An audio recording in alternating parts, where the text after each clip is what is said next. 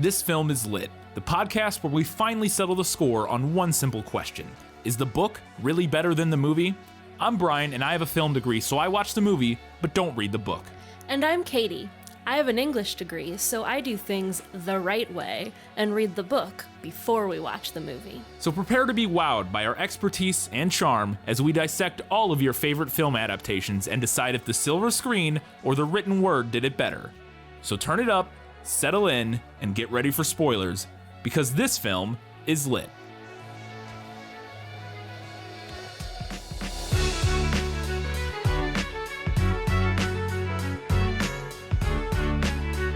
The house was a monument to evil, sitting there all these years, holding the essence of evil in its smoldering bones.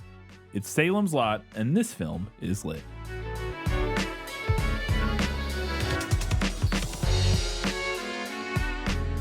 Hello and welcome back to This Film is Lit, the podcast where we talk about movies that are based on books. We have every single one of our segments. So much to get to. We're going to jump right in. If you have not read or watched Salem's Lot, we're going to give you a summary of the film in Let Me Sum Up. Let me explain. No, there is too much. Let me sum up. All right, here's a summary of Salem's Lot 1979, the film/miniseries, sourced from Wikipedia.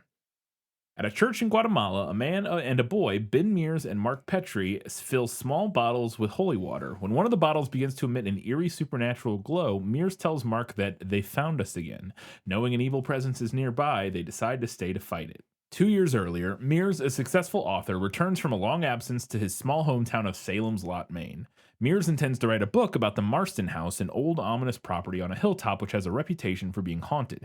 Attempting to rent it, Mears finds that it has already been purchased by another new arrival in town, the mysterious Richard Straker, who is in the process of opening an antique shop with his often-mentioned but never-present business partner, Kurt Barlow.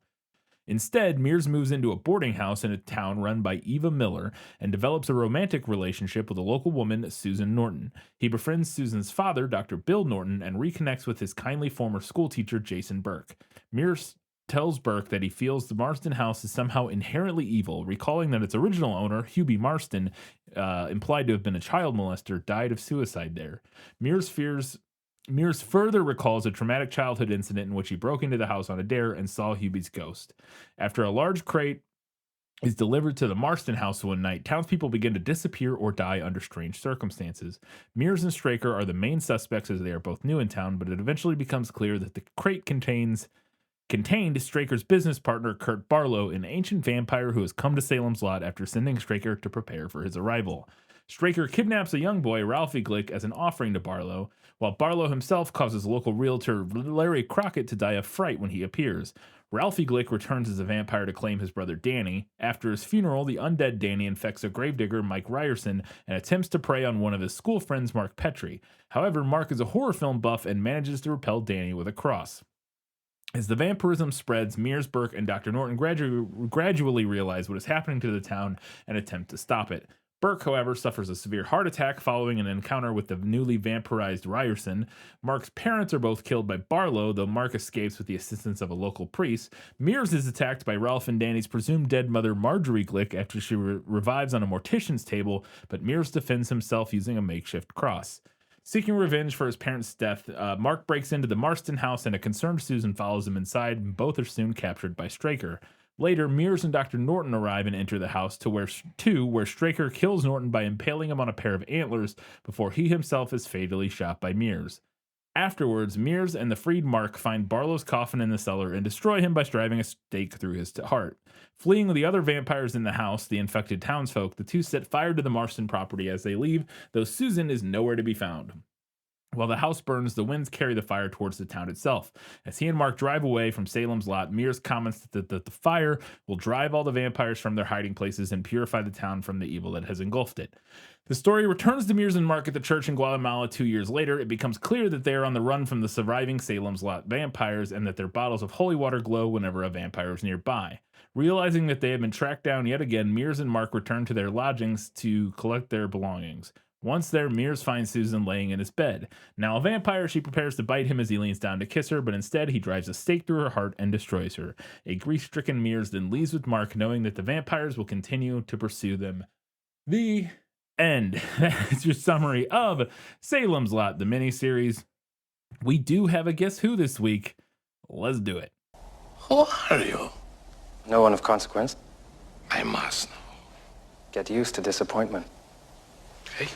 She was a very pretty girl, and there was a silk scarf tied over her light blonde hair.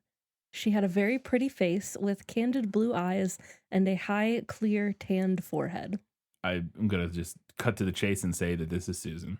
It is Susan. Not really any other Yeah, options. not a whole lot of other options.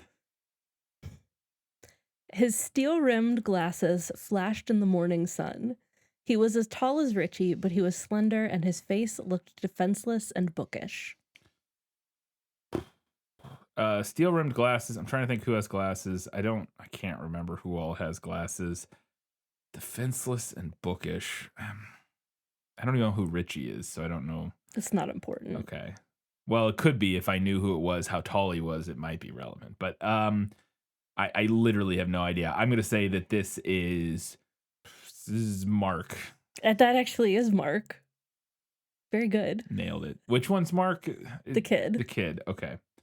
For whatever reason, I kept getting Mark and Ben, like their names switched in my head, and I don't know why. Anyways, I think it's because Mears and Mark, maybe. Yeah. It's Ben Mears and Mark, and so I think Mears and Mark was, I don't know. A tall man dressed in a sober three-piece suit in spite of the day's heat. He was as bald as a cue ball and as sweatless as the same.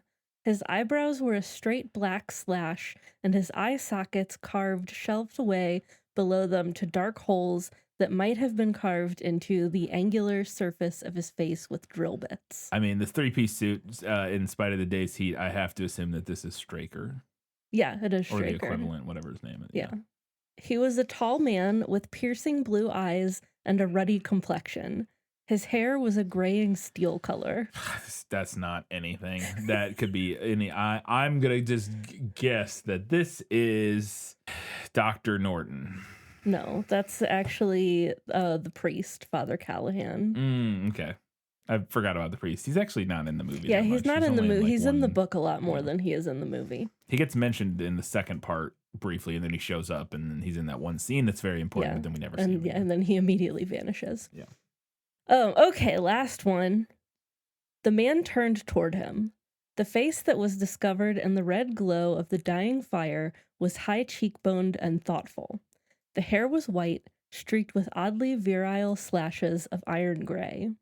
The guy had it swept back from his high, waxy forehead like one of those slur concert pianists.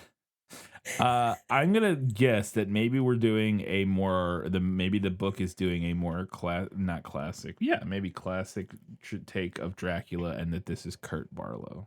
It is the Kurt vampire. Barlow, yeah. And he's not like the Nosferatu. Yeah, the movie went like Nosferatu. He's literally with it. the one from one of the. He's like exactly Yeah. looks like one of the Nosferatu creatures. I'm pretty sure, maybe Yeah. from the original movie. I can't remember, but yeah, absolutely. But yeah, the book, and this is not the only description of Barlow that's in the book, but King very clearly went like Bela Lugosi, Yeah. Dracula with it. Was it the for Romani people? Was that the slur? What was the slur? Oh no, it was. You don't have to like say it. I'm not Obviously, gonna but say it. It was a slur for gay men. oh, really? Yeah. That's not what I was expecting. I really thought it was going to have been an ethnicity. No, the character that is describing him is like the type of person that would casually use All right. slurs for gay men. All right. Those are all of Katie's questions for Guess Who. I did okay. I don't remember. I missed one. Yeah, you only missed one. Wow. I didn't think I would do that well. So I kind of didn't either. But I have a lot of questions. Let's get into them. And was that in the book? Gaston, may I have my book, please? How can you read this? There's no pictures. Well, some people use their imagination. So as I mentioned in the summary, we open up kind of in the future of when our main narrative takes place. We start with like a bookended in media res kind of, I guess. I don't know. We start at the end of our story basically with Mark and Ben in Guatemala on the run from vampires. We obviously don't know at the beginning that they're on the run from vampires, but we know they're on the run from something evil because it's found them again. Mhm. And I wanted to know if the book started that way in the Guatemalan church with some mysterious man and a boy filling holy water vials and then jumping back 2 years to Salem's Lot and figuring out how he got there. So the book does open with Ben and Mark living in Mexico, and then it jumps back 2 years earlier to Salem's Lot. So it has the exact same like frame story bookended Oh, okay. Yeah. structure. Did you ask about the holy water in that slew of Oh, questions? I mean, it was in there. I said that I mentioned Okay. it turning blue. I don't know if I Okay, yes. specifically asked a question about it. So the but- holy water turns blue, and in the book, some of the weapons that they use against the vampires do glow with like a holy power. Mostly the crosses. Okay. Although I think some of the other stuff glows at different points too. But I didn't feel like it was implied that they were glowing because vampires were nearby. What happened in the movie made me think of Lord of the Rings. Yes, very much. It Like was it turns they blue were and he's like, hunting oh no. orcs. Like when Aragorn sees at the end of Fellowship, when he sees when he sees Sting and he's like, Yeah. Uruk-hai, run. Yeah. No, it absolutely, they have a little light of Elendil or whatever Yeah. it's called. Yeah. So then we jump back to Salem's Lot 2 years earlier. And which is funny because I feel like this story only takes place over the course of like a few weeks, right? A couple weeks. No, it really does. It does not take place over the course of very much time. Yeah. So then we jump 2 years. So there's like a whole like year and 50 weeks or whatever that we just don't see. You know what I mean? I we just jump way forward, I guess. I don't know. I thought that was interesting. But jump back to Salem's Lot. And we start setting up all of our characters, which this miniseries takes quite a bit of time setting up all of the townsfolk. We meet quite a few of them, and one of the people we meet is this new creepy old man named Straker who is opening an antique store in town. And I wanted to know if that was the premise for how Dracula or the vampire shows up. Is there this Renfield or whatever? Is there like a Renfield who shows up in Salem's Lot and buys is opening an antique store as like cover for smuggling a vampire in? And also, is he renting not titular, I guess, but the Marston house, which is like the big evil house? Mm-hmm. Or maybe there isn't even a big evil house in the book. Because I thought that was kind of interesting. This movie kind of does two things. There's a vampire, it's a Dracula story, vampire story, but also we have like an evil house story. Yeah, and they just kind evil of like house, and also merge. then like the whole town is also kind of spooky. Sure, the whole town is kind of spooky, but the house specifically is like evil, and like attracts evil things. And I guess that's kind of the way that the story in the film combines those two elements, is the idea that this house, because it is evil, attracts evil men, is what Mears says at one point. Ben says at one point. And so the idea being that I guess that it attracted Straker and the vampire to come there. Is that how that all plays out in the book? Yeah, part of the premise is that Straker and Barlow arrive in Salem's Lot under the pretense of opening an antique store where they import antiques, which is technically true because Barlow's really old. Yeah. I mean, they're not even lying. Not lying. And they do buy the Marston house to live in. And it does, I guess, attract evil. It's almost like the precursor to The Shining. Yeah, a little bit. Yeah, like the evil house thing. Oh well, and so I thought it was fascinating, and I guess the movie does kind of touch on this because they say I thought it was a very strange conceit that this guy goes to this like 600 person 2,000 person I can't remember what the sign says. The population of Salem's Lot is relatively small. Yeah, it was it's like pretty small. A couple thousand at most. I like the idea that he comes there to set up a very fancy so antique so store. that's actually addressed in the book. Okay. Because there's a lot of conversation in the first part of the book about like among the townspeople about how like, oh, it's expensive. Who does he think is going to buy that stuff? Yes, that was my thought the in the answer movie. Is tourists. Okay. Because in the summer months when all the rich people come to Maine, right, rich people buy antiques. Okay. Because there is some mention in the movie of somebody saying like, "Oh, the town doesn't have that many." I think there is a reference to it being like a summer, like people showing up in the summer or whatever. But I did think that was kind of funny. But the movie also does reference. He says something like he's like testing it out there, setting up. Straker says something about like starting there, but then wanting to like Yeah, like expand. across the whole, all of New England or whatever, which obviously has double meaning, but it also kind of explains the idea because I was like, man, that's like tiny town to open a very fancy, weird, like European antique store. But all right. So then we're introduced to Ben Mears, who is a writer who shows up in Salem's Lot. We will find out eventually, and I don't know if we know at this point or not, or how early we know, but that he is from Salem's Lot originally. And he is returning to write a book about the Marston house, which is this evil house, and he wants to write a story about it when he arrives. But he meets, so he's hanging out in the town to like do research on the house. When he gets there, he meets Susan, who is a local teacher. And they hit it off and start going on dates. And I think he immediately, she takes him home to meet her parents, the same day. Immediately. Yeah. And which I guess was the thing he did in the 70s. I don't know. It's weird. But they go home and he meets her parents. And Susan and her mom are in the kitchen, cleaning up or something. And they're talking about how Ben is an author.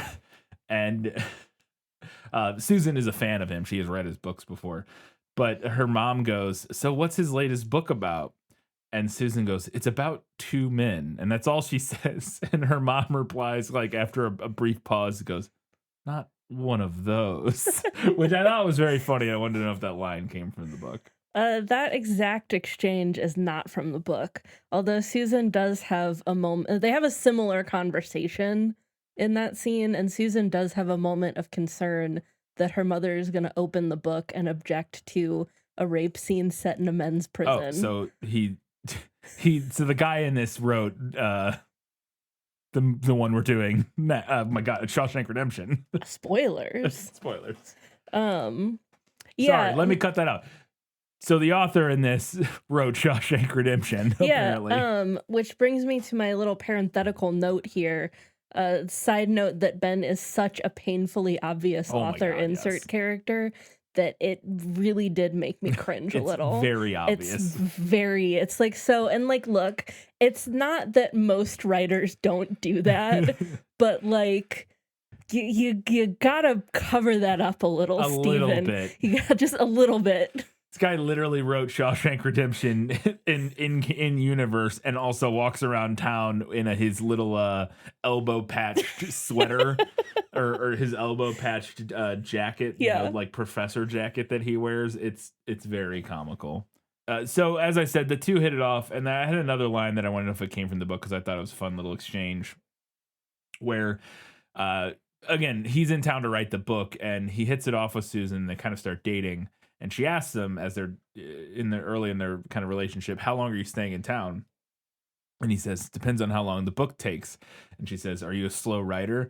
And he says, I'm medium. I think that's what he says, at least. And she says, well, I hope it's a long book. And I don't know. I just wanted to know if it came from the book. I couldn't find that exact exchange in the book, but I didn't have a digital copy to search this time because I tried to get it through the library and I had to give up because I was number 64 on the list. So if you have a digital copy of this, you can go ahead and search for that. Does Susan have a former plumber lover who's clearly bad news? They make it sound like he's a guy who loves plumbers. Yeah. No. And not a plumber himself. He's a former plumber. Former plumber lover. So I guess he's a plumber former lover and not a former plumber lover. Yeah. So Susan does have an ex-boyfriend, although how much of an ex he is kind of up for debate in the book. It is in the movie a little bit too. It's kind of alluded to that maybe they went on a date or something like that, and that he is taking it further than that. In the book, they had been together for quite a while. They had been. Her mother says when you say how much of an ex, you mean how much they're broken up, not how much they're they broken actually up. were together. Yeah. Yes. Which is also alluded to in the movie because she says yeah. He's like, oh, are you guys? And she's like, oh, I saw him for a while. And he's like, saw or seeing? And she goes, a little bit of both or whatever. So it's an ill-defined relationship, I suppose. In the book, his name is Floyd. The movie changes it to Ned. Oh, you're right. It is Ned. For some reason. And I don't think he's a plumber in the book. I He don't. is in I'm the not movie, right? sure. His Yeah, van said he plumber, is. like Ned Yeah. Tibbetts for I'm not plumber. really sure what he does in the book. It I don't doesn't think matter. it's important. I just thought it was funny that he was a plumber. I don't know why. Because the He's first time we no, see him, he's in his plumbing van. He's a plumber lover. Yes. So another, as I said, a lot of this first part is setting up all of the assorted miscreants in this town because it is a town full of characters. Mm-hmm. And two of the other people that we're introduced to are Bonnie and Larry, who Larry Crockett is like a real estate agent. Yeah, I he's think. the town real estate agent. Yeah, played by we'll get to it later, but played by a well-known actor. Lots of people in this, was blowing my mind. I have notes about it. We'll get to. I didn't recognize like any of the names while reading the IMDb credits, but then while watching the movie, I was like, oh, I know every single person in this movie, Yeah. which I thought was interesting. We are introduced to Bonnie and Larry, and there's this subplot that Bonnie is married to some guy. He's like runs the the towing business in town or whatever. I can't remember his name. Larry, not Larry. Cully was that's his it. name. And she is having an affair with her boss. She works for Larry Crockett, and she's having an affair with him. And I wanted to know if the affair subplot with Bonnie and Larry came from the book. There is a character named Bonnie, and she does have an extramarital affair, but it isn't with Larry Crockett. It's with another guy in the town. Okay.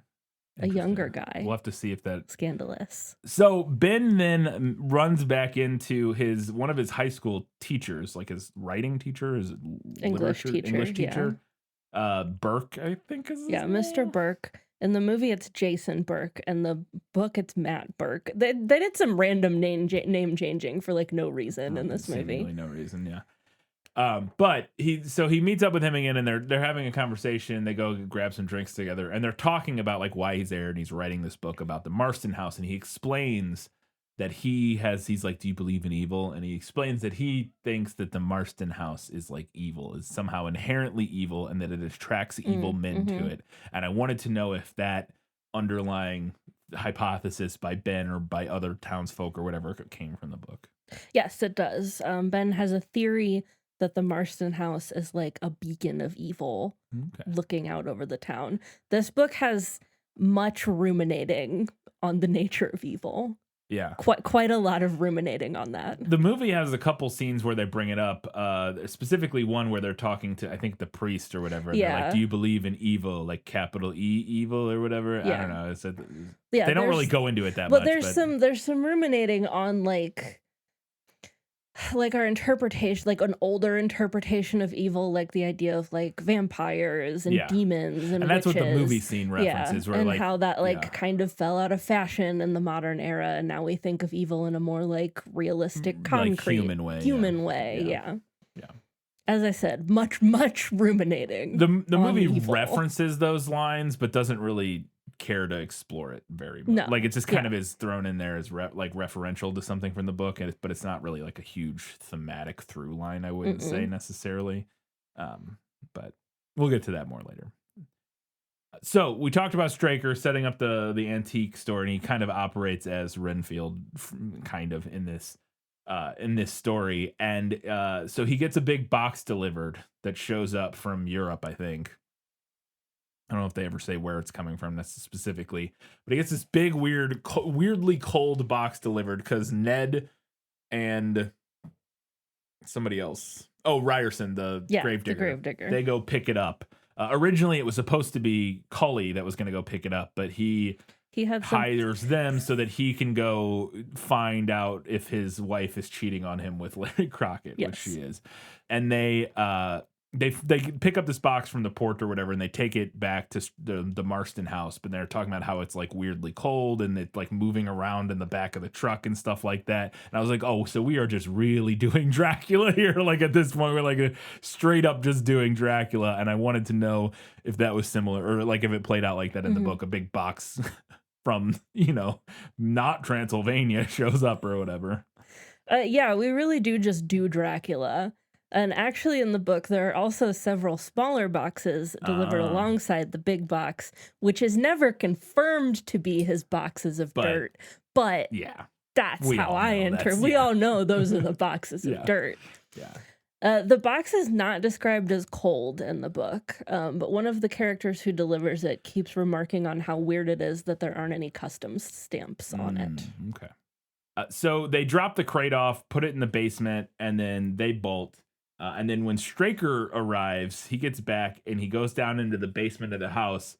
And I did like the reveal of this because they don't show it to you until he walks into the room. He like sees, he looks down to the basement. He has like a little bit of a look on his face, but then he walks into the basement and the camera just kind of dolly tracks with him and reveals that the box has like exploded. There are just shards of the box like everywhere in the basement. And I wanted to know if that came from the book because I liked that reveal. I thought that was a really well done reveal. This is not from the book. There is something kind of similar-ish that happens that I actually liked a little bit more because I thought it was super creepy. So in the book, after the two men get the box into the cellar, they realize that they forgot to leave the keys to the locks, and then one of them has to go back down in the cellar to leave the keys behind. And while he's down there in the dark, like a loud noise goes off, and he like swings his flashlight over to the box, and one single metal band that was wrapped around it has snapped on its own. Okay. And I was like, I would pee myself. Yeah. I would pee right then and there. Absolutely. So I mentioned it earlier that Cully hired Ned and Ryerson to take the box so that he could go try to confront Bonnie about having an affair. And that happens. And I wanted to know if any of the scene came from the book because holy shit, this scene is the scariest thing in the movie. Though his acting in this is horrifying and like the way it all plays out is so tense. But he shows up with a shotgun and confronts Bonnie and Larry for having an affair, and he like holds Larry at gunpoint and threatens to kill him. And Larry just kind of like lets it out. I was like, buddy, what are you doing? So many times I'm like, I'm pretty sure like when he has him grab the gun, I'm like, okay, you're holding the gun now. Yeah. You just move and then like fight him off. Like, what are you doing? I think you could fight this dude off. But anyways, I wanted to know if any of that scene came from the book because that whole scene is, I thought, just terrifying. That scene actually is from the book, close to verbatim, Okay. pretty similar. Obviously, different characters based on what you said earlier. Yes, Because you said yeah. it wasn't Larry that she was having Yeah. an affair with. And while it is definitely up there, I personally wouldn't even call it the most horrifying scene in the book. There was other stuff. Okay. So I mentioned to you a couple times while reading that there were an absurd number of characters in this book, and that is true. And it was often really frustrating because it was nearly impossible to keep track of everyone.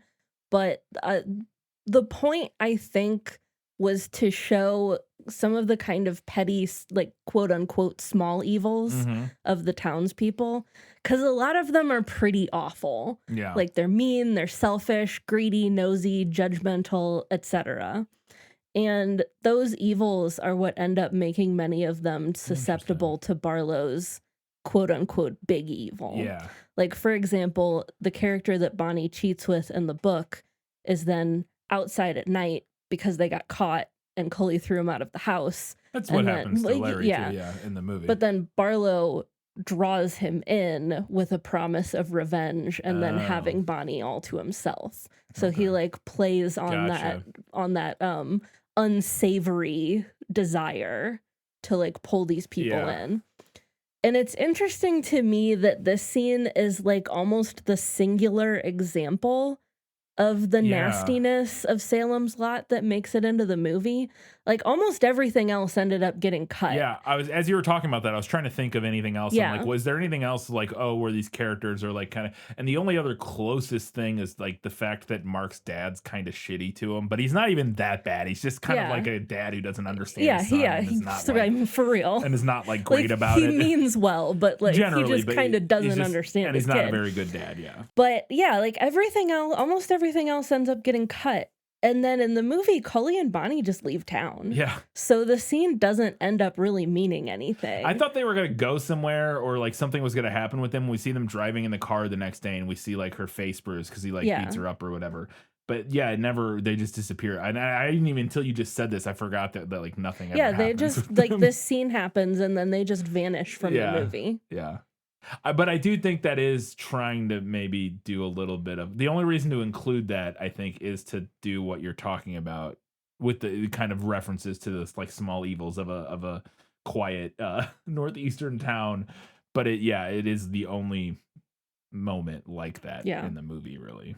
So the vampire has showed up now, and stuff really starts to pop off, and a couple kids are out running through the woods, and one of them gets grabbed. We find out eventually he gets grabbed by Straker, because Barlow's box is still just got delivered and is in the basement still, I think. But he Straker kidnaps one of these little kids in town, takes him to the house and leaves him for Barlow.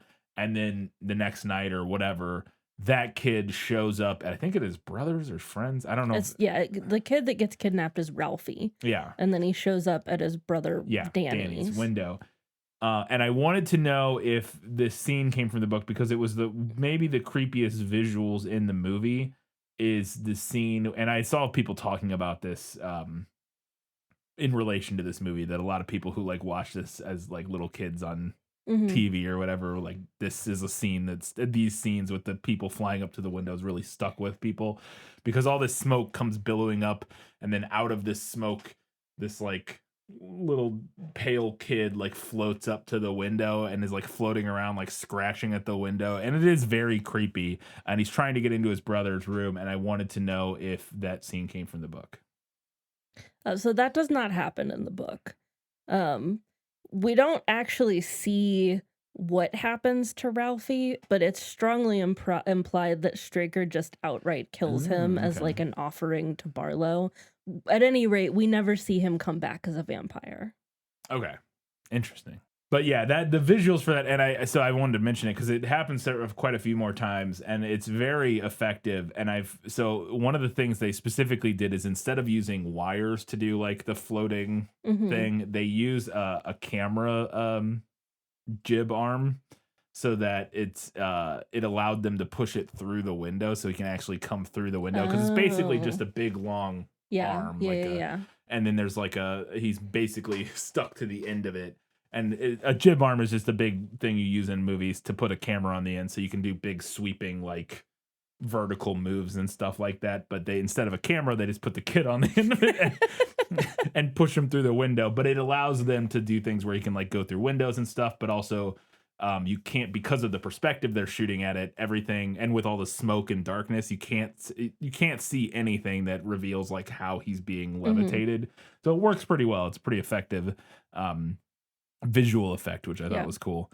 And I will say, because I don't think you have a question about this like more generally, the vampires like floating up to the windows and like tapping on the windows does come from the book. Okay, well I didn't ask that specifically. That was kind of rolled into my I meant for it to be rolled into my question here that I just asked. But okay, so that element of it does come from sorry, I should have rounded that out to say, does that happen at all, or was it inspired by anything? But yeah. This exchange, I just wanted to know if it came from the book, because I thought it was very funny. I believe this is when the sheriff or constable or whatever comes to talk to Straker. I'm pretty sure about I think this might be after the kids have started going missing, and like the things are going bad. And while they're out searching for the kids, they find like a piece of black fabric, and Ben's like, hey, Straker wears black suits all the time. Maybe it's related to him. And so the constable goes to talk to Straker, and they're having a conversation. He's like, oh, yeah, I need you those black suits you wear. Can you bring them down to the station or whatever? And as he's leaving, Straker says, ciao. And the constable turns back around and goes, ciao. And he's like, yes, it's Italian for goodbye or whatever. And he goes, I didn't know you were Italian. And he goes, I'm not. The word is. And I thought that was very funny, and I wanted to know if it came from the book.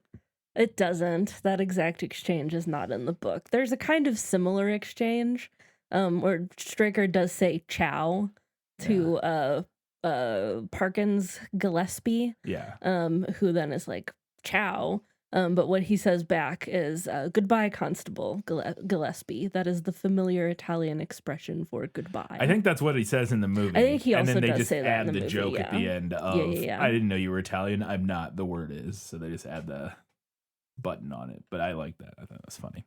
Then Danny dies in the hospital. So Danny gets bit by his brother, who comes in through the window. He falls ill. They take him to the hospital. He ends up then letting, I think, his brother in again Yeah. in through the hospital window. And then one of the nurses or whatever finds him dead in his bed.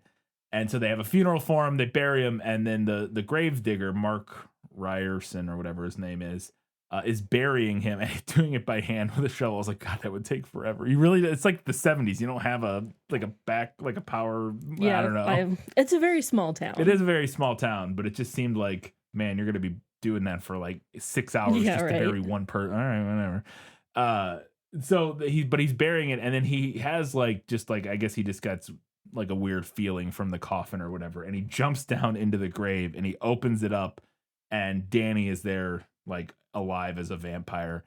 And I wanted to know if that happened in the book, if he like jumps down into the grave and opens a little kid's coffin because he's got like a weird feeling or whatever. I assume the idea is that like the vampire is like Danny as a vampire is like, calling out to him or summoning him, whatever, entrancing him. Yeah, that scene is much more expanded in the book, and that is the idea, is that Danny is like compelling him from inside the coffin. That's what I assume. Yeah, to open it up, and he keeps thinking about how like Danny's eyes are open inside the coffin, and then thinking like, if I open it up, I can just close his eyes, and then I won't feel this weird feeling. So he does, and Danny's eyes are open. And then the sun finishes setting and the scene ends. I actually thought it would have been really creepy, which they don't do this. If he just like is looking at it, and you can tell, like I said, it's that idea of like, something is compelling him to like jump down in there and open it. But it would have been super creepy if he heard something in the coffin, and that is what could like a scratching, or because they do like the vampires like scratching at the windows or whatever, like a similar thing where he hears like scratching or something, and we're like, wait, did he hear it? And I think that would have been super creepy. I don't know why. I don't know. It's fine, it works, but also the moment where Danny then pops up and bites him, very cheesy. Yes, this movie has a lot of the like scare moments have not aged great. Yeah. They are very corny. Kind of schlocky. Yeah. Yeah. In a way that just doesn't quite. A lot of all of the tension and a lot of this movie is aged very well and still works very effectively, but like the jump scary moments and like the big like the vampire's biting them now moments are like, they're not done great. They're very.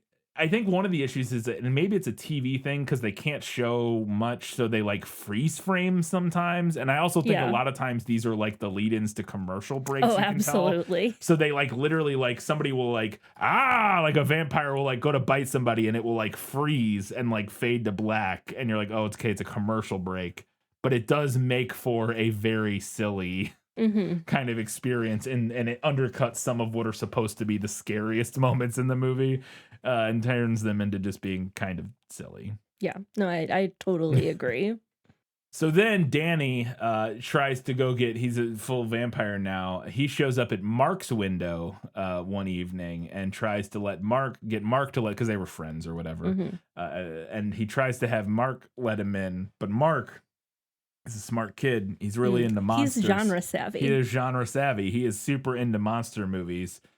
And so he knows all about vampires. And so he grabs a little cross that he has on like one of his model sets or something, and uses that to scare away, to repel the vampire. And I wanted to know if that all happened from the book, specifically the idea of Mark like being genre savvy and knowing about monsters and using that to help fend off the vampires. Oh yeah, I mean I have more thoughts on Mark later, but I would honestly say he's more genre savvy in the book than he is in the movie. And this scene does happen, but it happens slightly differently. In the book, Mark actually invites Danny in and then slaps him across the face with the cross instead of just holding it out to him. And I was kind of two minds about that change. Bitch slapping a vampire with a cross is objectively hilarious. Pretty funny. But the book also makes a huge deal about the vampires having to be explicitly invited in. Yeah. And then Danny is never a problem again for Mark, even though he was invited in. So it just felt like a small plot inconsistency to me.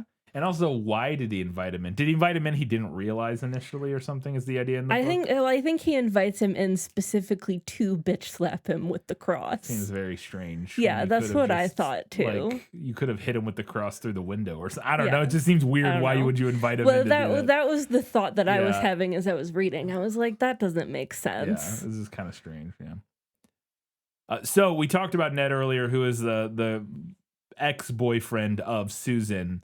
And I guess I haven't even asked if Susan and Ben having a relationship, if those characters, if Susan exists in the book and her getting into a relationship with Ben comes from the book. But assuming that all does Ned then show up and jump Ben? Because that shit cracked me up. One random evening, Ben is like comes back to his room, his boarding room that he's staying in, and he like walks in, and then like Ned just like jumps out from behind the door and just starts pummeling him. And I wanted to know if that came from the book.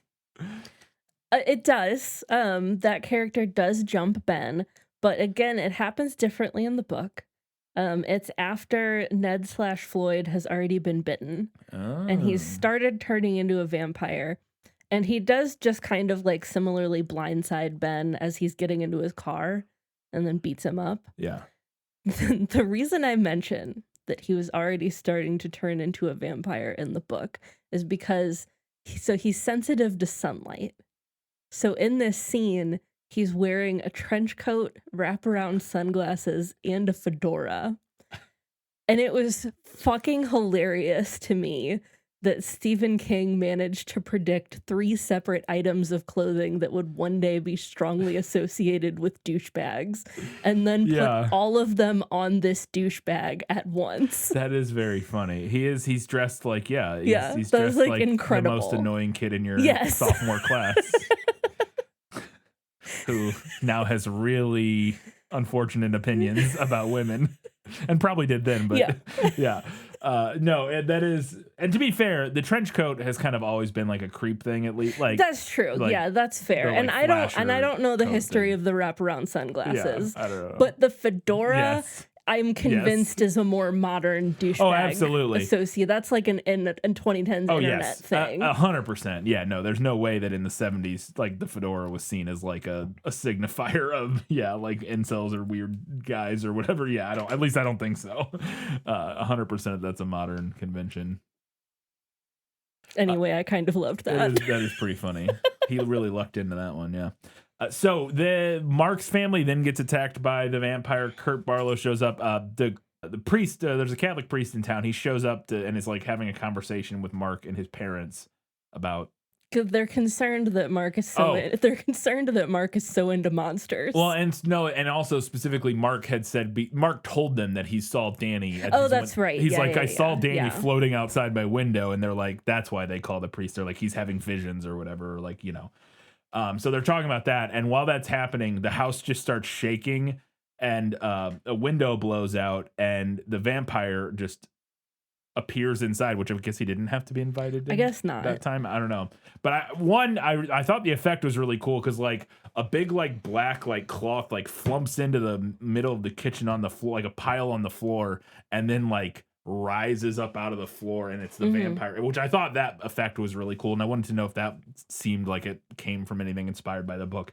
But two, the vampire kills his parents, and the way he kills them is he Three Stooges head bonks them together, which was very funny to me. You can't have that be, I'm sorry, but like you can't have that be the action of murdering people. You can't, unless it's more gruesome, unless it's like bloody, or you know what I mean? Which again, I guess it's because it's a TV movie, they couldn't make it more gruesome. Yeah.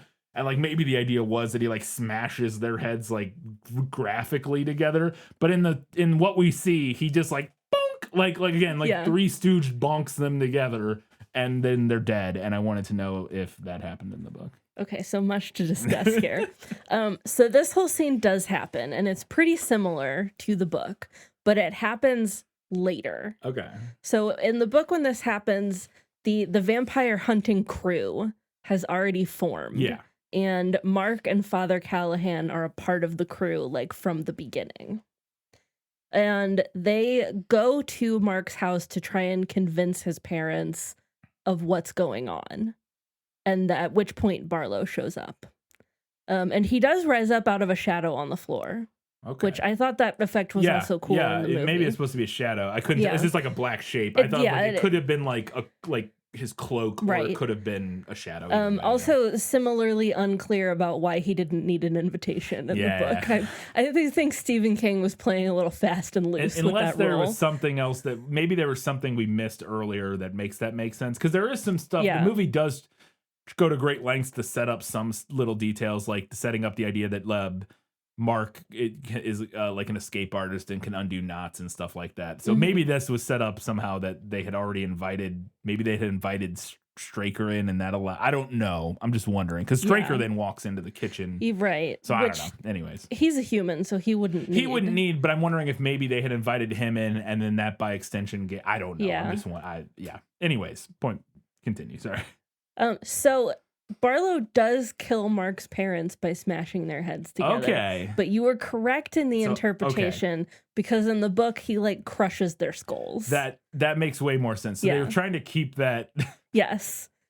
That specific, you got to change it. You just got to change it. You have to change it. He's got to break their necks or slice their throats or do anything else, because the comical head bonking together. No, ridiculous. And so ridiculous that we have to have Mark go, because I guess they realized we had to have Mark go over to his mom and be like, I think she's dead, because we never would have assumed she was dead from that. So yeah, that was so funny. He's able to escape, or Mark is able to escape, because the priest who's there is able to Straker offers him a deal, basically. Straker. Well, that's not quite what happens in the book. Barlow and Father Callahan face off one-on-one, and that allows Mark to escape. Yeah. In the book, or in the movie, Straker is because he's he'll kill the kid because the vampire has Mark, and the priest is holding a cross, and he's here, put down. He's he'll put down the kid if you test your faith against the vampires. Put down the cross and test your faith against his faith or whatever. And he does. He doesn't even. And this is another thing that I thought was confusing in that moment. So he's okay, I'll do it. And so they let the kid go, and Mark runs away. But the priest is still holding the cross, and then the vampire just walks over to him and knocks the cross out of his hand. And I was like, well, what good was the cross then if he could just what was it doing in that moment? So, okay. I didn't understand if the cross was the one thing holding him at bay, he apparently can just walk over and knock it out of the priest's hand. So what was it doing? And I didn't get that at all. Okay, so this is, I think, where the story benefited from having Father Callahan be more of a character. Because we do spend some time with him, and we know that his faith is a little bit shaky. And so initially he is able to kind of ward off Barlow, and he feels really confident about it. But then when they square off one-on-one, they have they have a little tete-a-tete, and his faith falters. Gotcha. So Barlow is able to knock the cross out of his hands, and then he forces Father Callahan to drink his blood, and he becomes unclean and can no longer enter the church. Okay. That was not clear in the movie at all, because it just seems like he just walks over and is like, well, fuck your cross. Yeah. And I was like, oh, well, what? Okay. That makes more sense, though. Because you have to have the faith behind the cross itself is not enough. Sure. You have to have the faith behind it. Got it. Okay. Speaking of crosses, we then cut to Ben, who is at the mortuary with Dr. Norton. And they're there because they're looking at Marjorie's body. Marjorie has just died, who is the mother of Danny and Ralphie. Yes. She's now dead. And they're there kind of to see what's going on with her. Anyways, Doctor leaves for a minute, and Ben is sitting in the room, and he makes a cross out of tongue depressors and tape for bandaging wounds or whatever, and he makes his own little tongue depressor cross. And right as he finishes, Marjorie comes back from the dead as a vampire and tries to attack him, and he's able to ward her off with a tongue depressor cross. And I wanted to know if that came from the book, because I thought that was very funny. It does. I can't remember if it's Ben specifically that makes it, but somebody does make a cross out of tongue depressors in this Incredible. book. Fantastic. It seems also when Ben says one of my least favorite things, or says the fucking stupid. He's like, "Well, guess there are no atheists in foxholes." I was like, "Fuck you," because I think the idea is that Ben is like he's an atheist. Because they say at one point he's a leftist. Yeah. They're like they're like doing, or the police or whatever are like doing research on him or whatever, and they're like, yeah, he's a I can't remember specifically what they say, but they're talking about how he's like a leftist and an atheist or whatever. Yeah. But apparently he's able to, because in this moment his faith is strong enough, I guess, because he's able to stick the tongue depressors on her forehead and burn her with the cross, and she just vanishes. She just like disappears, and then like the carts in the room fall over awkwardly, clearly yanked by fishing cable. I think the idea was supposed to be that like when she like voips out of existence, like the energy like pulls a bunch of stuff towards her, but it looks pretty cheesy. So then we get to finally get to go see the Marston house. We've only ever seen it from the outside at this point, but we now get to the Marston house, and Mark shows up to break in to the Marston house to kill the vampire, to get revenge, because as he was leaving after it killed his parents, he turns to the vampire. He's like, "I'm gonna kill you." And so he shows up with some stakes to break into the house. I love these shows. He's got a stake in each hand. He's just like dual wielding stakes. He's like, "I'm here to fuck shit up." And he breaks into the house, and the inside of the Marston house is super gnarly in this movie. I thought it was really incredible set design, and I wanted to know if it felt like it was inspired by the book. So the inside, it's not really described with a lot of great detail, but it is supposed to be like completely derelict and falling apart. So I would say that the movie nailed that. It's the most derelict, falling apart building I've seen in a movie in a long horrifying. time. Like the walls look like they're like rotting. Yeah. It's like this weird like organic-y looking like wall. Yeah, they look like they're rotting or like and molding rusting and like every possible gross thing that you could imagine is happening to the walls. There's also the lighting in it is really beautiful and creepy, but there's like all these like dust and like almost like feathers or something like floating around in the air that makes it really creepy and weird. I thought it was just a stunningly gorgeous set design. Yeah. Anyways, so sounds like that came from the book, but then the second part of that, does Mark break into the house to try to kill the vampire to get revenge for his parents dying? Yes, but this is also something that happens differently. And he's not, at this point, he's not trying to get revenge for his parents because they haven't died yet. Oh, okay. But he has become aware of the vampire problem. So what happens in the book is that it's actually Susan who's going to break in, because she has decided that the men are taking too long talking things over, and she's like, "I'm just gonna go do it myself." So she drives over there, and then she like grabs a fence post and goes over to the house. And there's a great kind of red herring where she's like looking down at the house, and then somebody like grabs her shoulder, and you're like, "Oh no, it's Straker." But it's Mark. Mark is there also. And he was also planning to break in, to be fair, but he was being a little smarter about it and was better prepared. So they kind of switch it. Kind of, like, yeah. She sees him going in and like goes in after him, whereas he sees her going in the book and is going to follow her. And they do the red herring even in the movie, where she goes in after him and then he jumps out of a room like to stab her, and we're like, but then he realizes it's her. So he sees her and stops her because he knows that Straker's in there. And then they like join forces, and they think they see Straker leave, so they go inside to find and kill Barlow, but then Straker comes back and they get captured. And I generally liked the movie or the book's version better. But I did enjoy the movie's Scooby-Doo-esque vibes when Susan was walking under the stairs. Yes, that was a great looking moment for Mark, and then he was like walking on the landing above her. It's a great shot. This movie has some great moments. It truly has some great moments and some great shots. It's just it doesn't hold that energy throughout the whole thing. But it does have some great moments, and that shot in particular was one that stuck out to me too, of her walking under as he like creeps across on the staircase above her, which was really cool. So they get captured, as you said. Same thing happens in the movie. They both get captured. We don't see what happens to Susan. She just kind of disappears until later.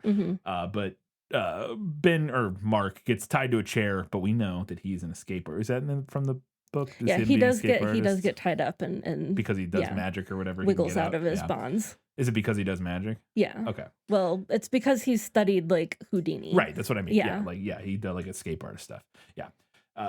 And then so he's able to get out, and then as he running out, Dr. Norton and Mark, or not Mark, Ben show up. It's I don't know why I cannot keep their names straight.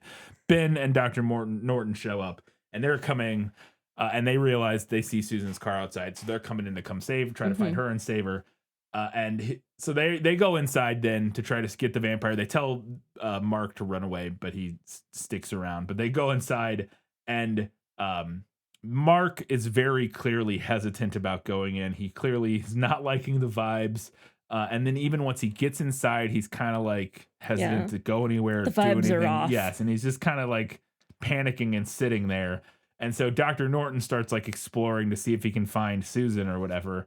And he goes up to the second floor and he opens a door, and instead he finds Straker. And Straker walks over and picks him up. And I was like, is Straker super strong? Like, yes, that is established in the book that he has like supernatural strength. Interesting. Yeah, because he literally just picks him up very easily, carries him down the hallway, and then impales him onto a wall of animal horns. Because it's, as you mentioned, one of the details in the movie is that it's like there's taxidermy stuff everywhere. Yeah, like everywhere in this house. All over the place, which is one, very creepy. Two, lets you have like feathers and stuff floating around in the air, which is cool and creepy. And eyes all the time. And eyes everywhere. And then three, we get a whole wall full of animal horns that Dr. Norton can be impaled upon. And I wanted to know if that came from the book. It does not, but the doctor character does get impaled. Oh. So the cut-off cellar stairs, which you have a note about later. I have a note about later, yeah. Those are from the book, but it's the doctor who falls off of them. And when he does, he falls onto a booby trap of knives arranged pointy end up. Oh, booby trap. Okay. Yeah. Fantastic. So similar. He does get impaled. He does get impaled. I thought that was a fun scene in the movie. The wall of animal horns. The note I had later, which I'll just mention now. Well, we'll get to it. We'll get to it later. Because it's not really relevant yet. So they get down into the basement. So Ben, now Dr. Norton's dead, but Ben and Mark shows back up. Sorry. Yeah, Mark shows back up, and Ben and Mark go down into the basement to find Barlow to kill him. They jump down into the basement, and they find a little door. There's like a sub cellar. Yeah, and they find his coffin, and then there's a bunch of other like of the townsfolk as vampires. They look like dead bodies, but they're kind of moving a little bit. Yeah. But they're like, all right, we got to get it out. So they drag the coffin out of that room, and then they open it up, and they kill him. Ben just stabs him in the chest with the stake, and it takes a while.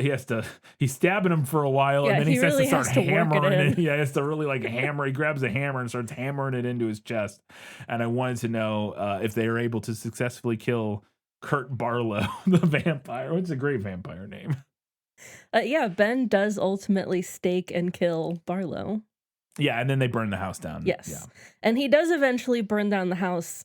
And by extension, the town. Because Ben or Mark is like, the wind's blowing towards town. He's like, gonna let it burn. Yeah.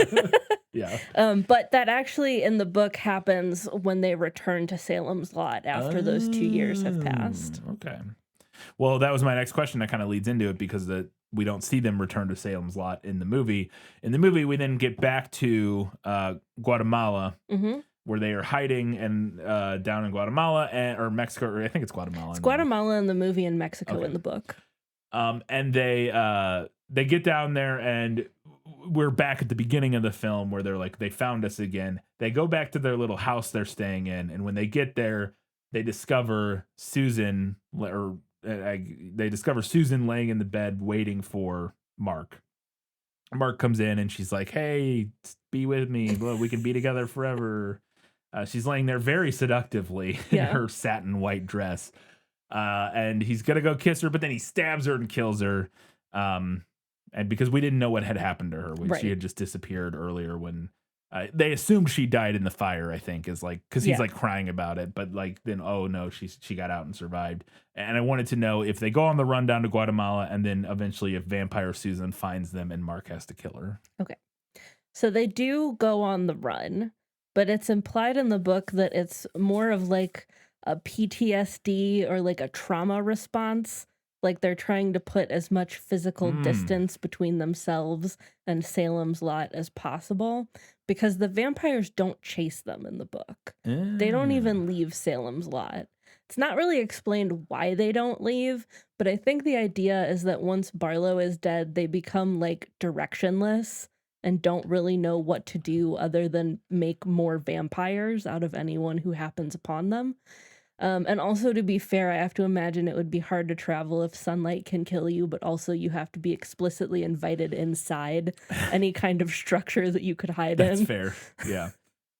And Ben does kill Vampire Susan, but it happens much earlier in the book before the big showdown with Barlow. And King very explicitly spells out for the reader that the scene is just like when Arthur has to kill Lucy in Dracula. He mentions all of that by name. Like Ben is like holding the stake and he's like, this is just like when Arthur had to kill Lucy in Dracula. There were some real moments in this book where I was like, please, Stephen. It was early in his career, It right? was, It's like yeah. his This first was book, this right? was his second book, yeah. Yeah, that's fair. He's still figuring it out. That's funny, though. All right, those are all my questions for Was That in the Book? But I do have some questions that we're going to get into in Lost in Adaptation. Just show me the way to get out of here, and I'll be on my way. Where is it lost? Yes, and I want to get unlost as soon as possible. I don't know if this happens in the book because I was confused, and I don't know. The movie never really explains what happens here, but Mark Ryerson, the gravedigger guy, when we meet him early on, he has a pet dog that hangs out with him in the cemetery. And then as he's leaving one night, when he's going to pick up the box or whatever, we hear the dog yelp, and then we see that it seems like, and then we see it later, and I think it confirms that it seemingly got like a fence fell on it or something and like killed it. And I wanted to know, I was like, so what happened there? Like, did the fence just randomly fall on this dog, or was Straker supposed to have been involved? Like, what happened? Why? Yeah. Who did somebody kill the dog? What happened there? Okay, so a dog does die in the book. I think it belongs to the milkman and not the cemetery groundskeeper, but it doesn't matter. So the dog dying is the first like bad thing that happens in the book. It's the first ill omen of what's to come. Yeah. And someone finds it impaled on the cemetery fence. And I am glad that we didn't have to see that. Yeah. I also think that what happens in the movie is not clear.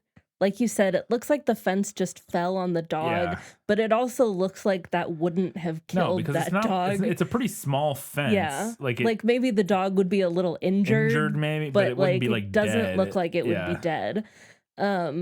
So then later on in the book, the main vampire hunting crew surmises that Straker was the one who killed the dog, because it's some kind of specific dog that, according to folklore, is supposed to be able to frighten vampires away. That is what I assumed kind of was going on in the movie, was the idea that maybe Straker did this because the dog could get like causing issues or I don't know, like the dog, that kind of idea that, like in the same thing, like we're in books where like, oh, chickens start showing up dead because like I think it's Harry Potter or whatever. Where like the chickens start getting killed and showing up dead because chickens can kill the basilisk or whatever. That kind of idea. I assumed that was this, but the movie never really. Yeah, we don't really ever expand confirm or on it. confirm. So I wasn't sure, and that makes sense though. Another similar question is when they go pick up the box. There's this repeated point about them needing to padlock something, and I'm not sure what. They take the box down to the basement, but then they get freaked out and they decide to leave, and then they just throw these chains and these padlocks into the basement. And I was never sure what they were supposed to have done with them, but the movie makes a point of like, oh, they didn't do the padlock thing, and I was like, were they supposed to like padlock shut the basement, or like what does that from the book, or is it expanded on, like what? Okay, so this is kind of something from the book, but in the book they actually do padlock everything that they're supposed to padlock, and then they have to go back down in to leave the keys, like I mentioned earlier. Yeah. But they actually do padlock anything. So everything. So I think what the movie was trying to do was create like a red herring of like, oh, maybe Straker's trying to keep the vampire contained, but they didn't lock the doors, so he got out. Is that what? I Why think that's what the movie's trying to do. that makes no sense because it's very clear the whole time that Straker is working with the vampire. And I thought so too, but I'm pretty sure that's what the movie's trying to do in that moment is like a red herring. Yeah, because that made no sense to me because I was like, well, he clearly, because like when they don't lock it up and it's like the movie seems to be making an idea of like that this is like matter somehow. I'm like, but it doesn't because Barlow clearly at wasn't. no point was anyone trying to contain Barlow. Yeah, so like and even if they were, why would the padlocks matter? Like he doesn't strike me as that would do anything. I don't know. No. I guess if they were made of silver, maybe. I'm telling you because I had this note later on, but I'll just mention it now.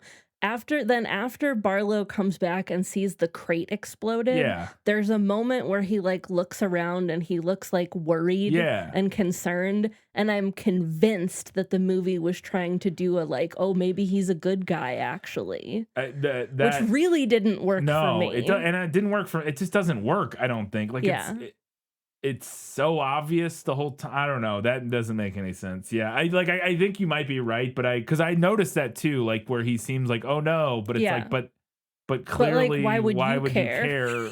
Like you're working with the like why? I don't know that. Yeah, I thought that whole thing didn't work at all. Didn't make any sense. And when they kept making a big note out of the padlock thing, I was like, what is it? Who cares? Oh, I'm glad to hear that also didn't work for you because I was worried that it just didn't work for me because I had already read the book and like knew.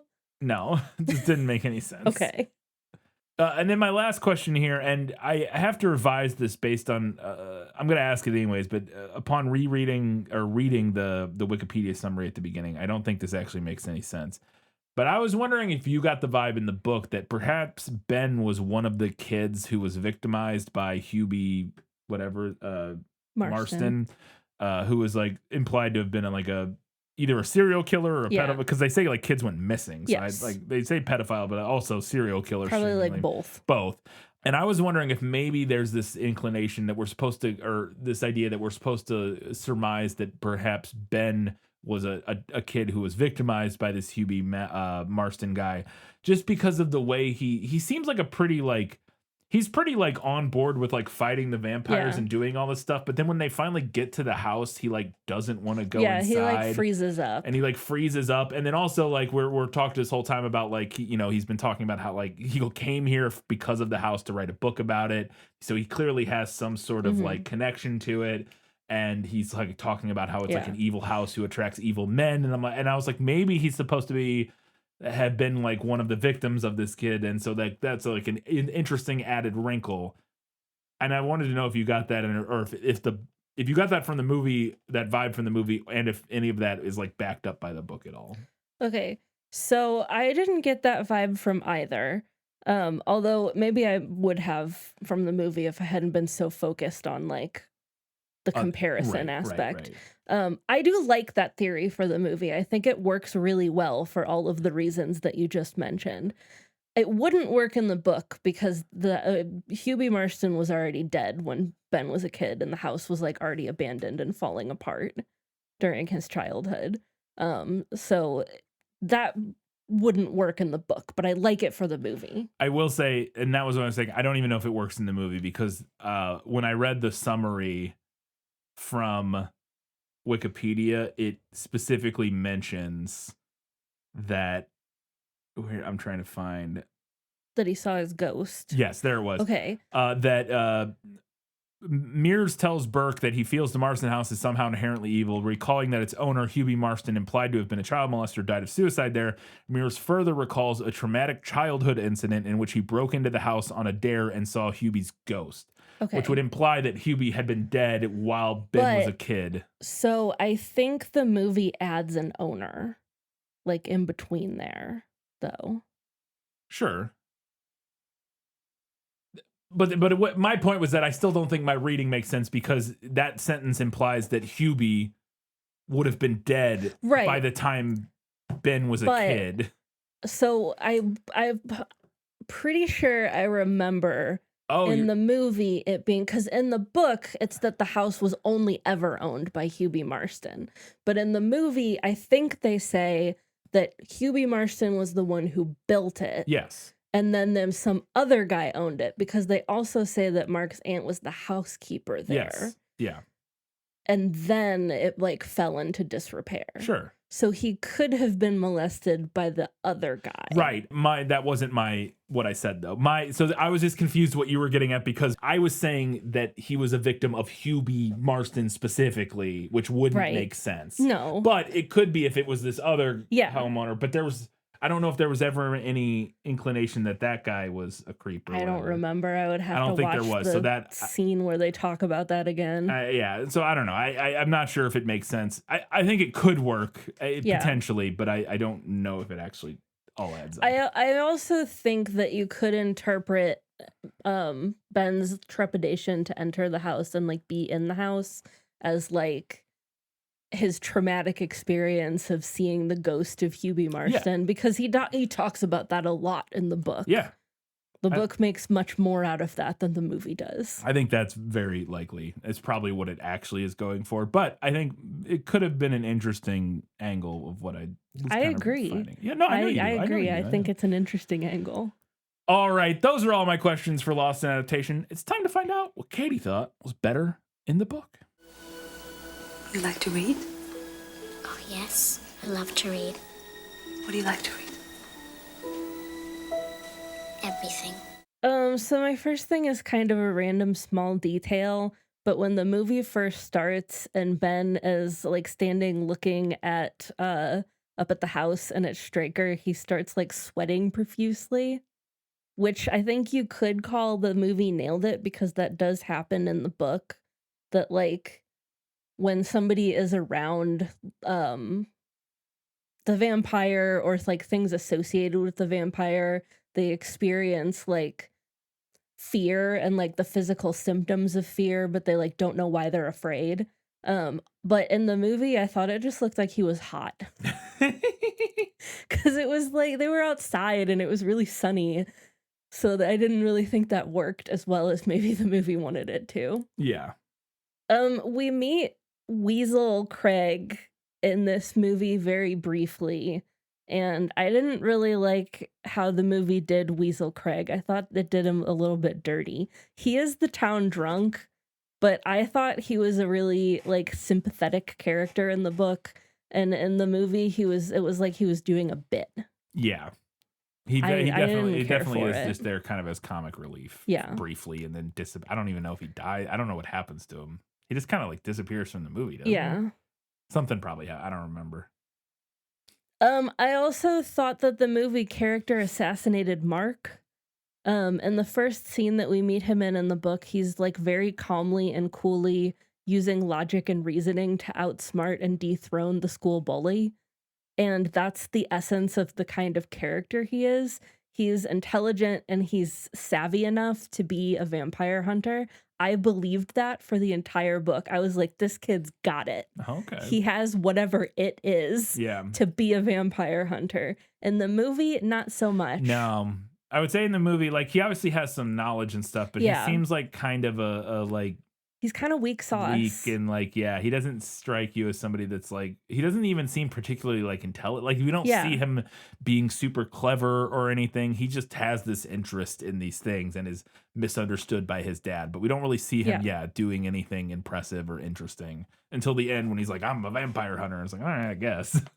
But by the end of the book, he was like, I'm a vampire hunter. And I was like, yes, you are. Yes, you are, Mark. One of the delivery guys who delivers the big box sees the clothes that, well, or thinks he sees the clothes, but definitely he saw the clothes that belonged to Ralphie Glick in the cellar while they're putting the box down there.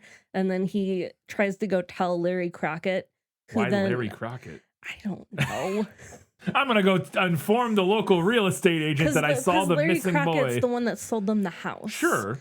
I mean, I agree that it still doesn't make any sense. Well, he also hired them to do the job.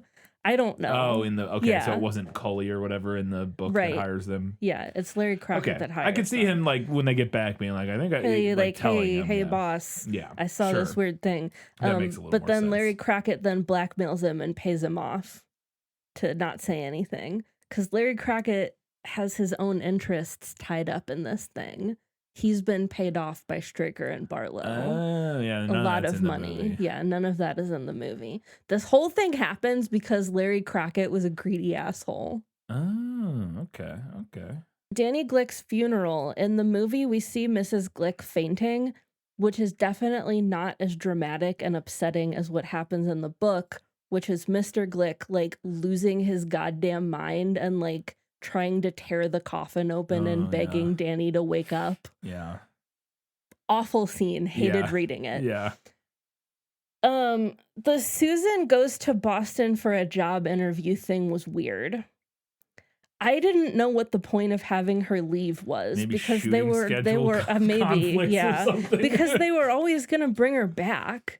So Yeah. I didn't understand, like, why does she have to briefly leave? And why would Ben be upset? It's not like he permanently moved to Salem's Lot. He could just go to Boston with her Yeah. if he wanted to. Like, it didn't seem like a problem to me, and I felt like the movie wanted me to think it was a problem. It does, and I also couldn't figure out why, like, what it wanted us to think about that. So, Yeah. because I agree. I felt like that part was very strange because he's being like a dick about it. Like, Yeah, she's like, he's oh, I'm being gonna get weird about it. and I think the idea is like, well, he's to show him being like possessive of her or whatever. But like, but to what end? Yeah, because why? Because like the movie doesn't do anything interesting with the characterization of of Ben being like possessive or having some sort of like mean I don't know, there's nothing, the movie never goes anywhere with that. No, it never pays it off. Of him like being kind of like weird about her going to take this job, because it is like this very kind of like again, like dickish possessive, like he feels entitled to her company, and like he's like being kind of an asshole about she's like, oh, I got this job, and he's like, oh, well, when do you, like, he's just being a jerk about it. Yeah.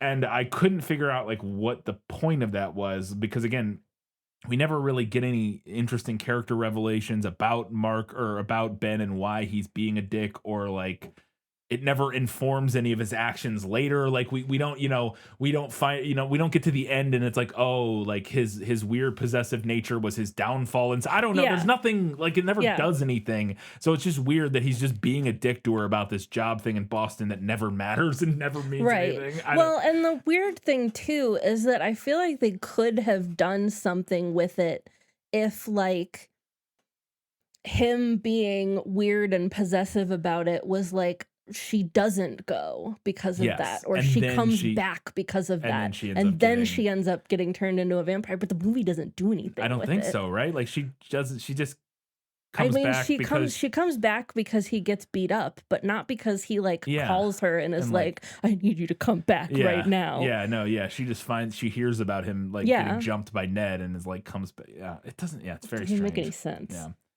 Also, it is truly, I had this note, just this is a general note about the relationship between oh my god, Ben and Susan, which is holy shit, it is wild, truly absurd how much Ben is outkicking his coverage. I know he's Hutch or whatever, but man, it is crazy how ugly men in the 70s were. Like, not men in the 70s were. Plenty of handsome men in the 70s. It's crazy how ugly leading men were allowed to be in the 70s. Like, and considered to be like the handsome man that like all of the women wanted. This guy was uggo. I'm sorry, he was not for me. He just looks like a guy. His hair's awful, but that's just the 70s more than anything. Because he actually looks better at the end. When it's 2 years later and his hair is longer and he has like a little bit of a beard, he looks better there than I'm just saying he looks more because his hair isn't like the worst haircut ever imaginable. And you know what? As I was reading the book, I didn't really have any big opinions on their relationship. I was pretty neutral about it for most of the book. I was like, this is fine. In the movie, I couldn't buy in at all. I thought it was fine. Ugh. I thought they had okay chemistry despite him being very boring and unattractive. But like But I thought they still had okay like energy together. Like when they had conversations, I thought like okay, their repartee is like I get like why they're like why she's into him, but like just when they're talking, but like again, I thought he was mostly pretty boring Yeah. and not attractive. I just thought it seemed like she was way more into him Yeah, oh yeah, 100%. than he was into her. Yeah. And I was like, but why But are why? you into Yeah. But why? Well, to be fair, it's because he's an author that she likes. I think is the idea. Like he's Yeah. this famous like he shows up in this small town and she's like, "Oh my god, I've read your books." Like Right. it's this author that she really likes shows up and she gets to Yeah, date him. So like that's the idea. I Right, think. right. But again, Circling back to that author insert character thing. yes, 100%. Yeah, absolutely. But yeah, it's so funny because he is the actor who plays him. I believe it was either Hutch or Star. He was one of the two, either Starsky or Hutch from Starsky and Hutch in the 70s, the TV Right. show. And I just like, man, so he was like a sex symbol in the 70s. This guy was. This guy right here. All right, man. Okay. All right. This is kind of a general note. I wrote this down during the scene where the grave digger opens up Danny's coffin, but this is like a general note, which is that I had the same problem with this movie that I think I have had with every single King adaptation that we've done, which is that the things I conjure in my head are so much scarier than what the movie can achieve. That's almost always the case. I though. know. With horror, it's really hard because your brain knows what scares you more than anybody else could possibly. And so there's just almost no way for a horror, like a movie based on a horror book to be as scary as you imagined while reading it. It's just almost, I think it might be impossible. Maybe. I don't know. Maybe not. But unless you have a bad imagination. I guess for people with bad imaginations, right, they would be like, man, this movie is way scarier. Bad imagination. This movie is way scarier than the book. I have a good imagination. The book was way scarier than the movie. Yeah. Also, speaking of the movie, when we got to the end, I felt like we were really fast tracking it. Because I was like, boy, everybody really gets they really get on board with the vampire theory super fast. To be fair, in the movie, it's like, it becomes pretty obvious pretty quick. We just start seeing like corpses walking around and attacking people, and like it comes to a head very quickly. So it's like, okay, I can buy that like all these people are just like on board, but it does or in particular, like I think at the somebody there, it's like, wow, it's just kind of like, all right. That was quick. That was easy. Yeah. Well, yeah, the doctor character, like even before they see Marjorie Glick rise from the dead, he's like, yeah, I guess it could be vampires. It could be. After being like, I don't believe in any of this nonsense for most of the movie. Yeah. I was super mad watching the movie that Mr. Burke, the English teacher, didn't get to be their Van Helsing. What a crock, I thought. Is that what he does in the... Yeah, because he does have a heart attack in the book, but he has a minor heart attack, so then they go and visit him in the hospital, and he has busied himself with vampire research. Which he does in the movie. We see him reading. We do see him reading about vampires, but he has requested every possibly related book from the library and had them brought all to him. So he sits and researches, and then they go back to him and they say, what can we do about this? And he says, here's what I learned.